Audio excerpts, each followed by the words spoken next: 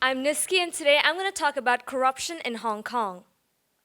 On almost every level, Hong Kong is seen as a city with a clean business environment and legal safeguards and strong regulatory. We have outstanding rankings for openness and transparency and continue to be the world's freest economy for the 22nd straight year. And this status was hard-won. But now, our freedom from corruption score has dropped by 10 points. Is this an area of concern? Now, let me give you my views, and you can decide for yourself by the end of the speech. So recently, more high-profile cases are being taken up by the ICAC. In the public sector, law enforcement and tender contract attract the most cases. For example, as previous speakers have also mentioned, a very popular case. Chief Executive Donald Tsang is under investigation for accepting inappropriate favors from tycoons. And that's not all. In the private sector, we have reports of corruption in areas of construction, transport, and housing management. Ladies and gentlemen, this may seem like a cause for concern. However, if we look at the bigger scope and look at the nature and the pattern of these reports compared to the reports we received in the past few years, the picture is more revealing. Now, personally, I think our score is not an area of concern, but a call for attention. Hong Kong is taking lots of efforts to tackle corruption as seen by the persecutions. And this is where its efforts come in. The ICAC has enforced various ordinances, including the Prevention of Bribery Ordinance, and the media reports these issues.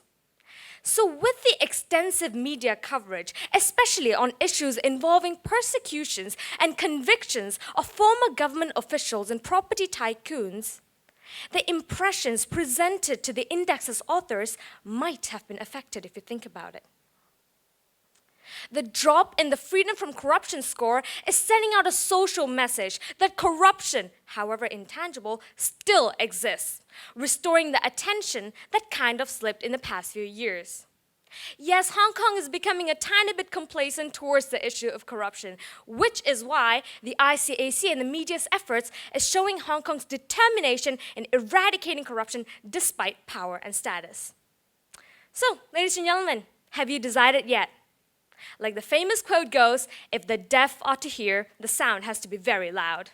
Similarly, our score for freedom from corruption is an opportunity, is a call for attention instead of an area of concern. Thank you. We've been talking here today about corruption. I get the sense that we're thinking of it more sort of in the legal sense, what the law says, what's allowed, what's not allowed. Can it be defined more broadly in different ways, say from just receiving bribes or gifts or favors? Is there a broader aspect to it? Yes, there's definitely a broader aspect.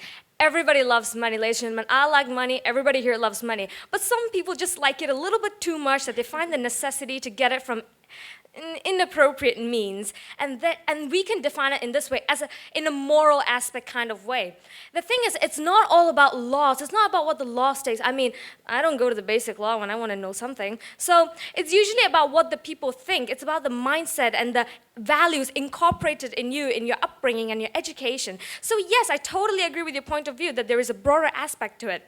And I think to solve corruption in a broader aspect, I think the education should be tighter on the issue of corruption. We have liberal studies right now, but it's more of tackling government structures, not yet into corruption. And that is one effective method to raise the awareness in youngsters, the upcoming generation, on the danger and the, unfairness of corruption in general. So this is the broader aspect I want to bring forth. Thank you.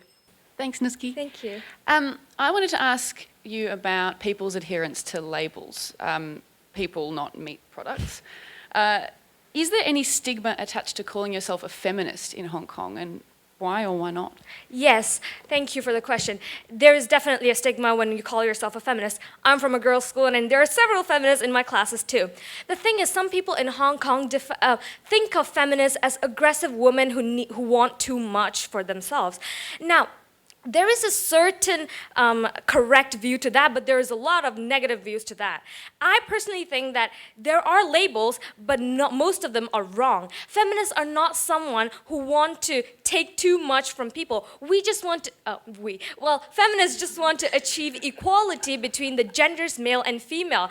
Currently, even in the status quo, in the high-paying jobs in Hong Kong, men dominate women. Now this has to change, and labels existing or not, feminists will continue their job because they're incentivized and their motive is very clear, and until their goals are achieved, they will pursue. I will. Thank you.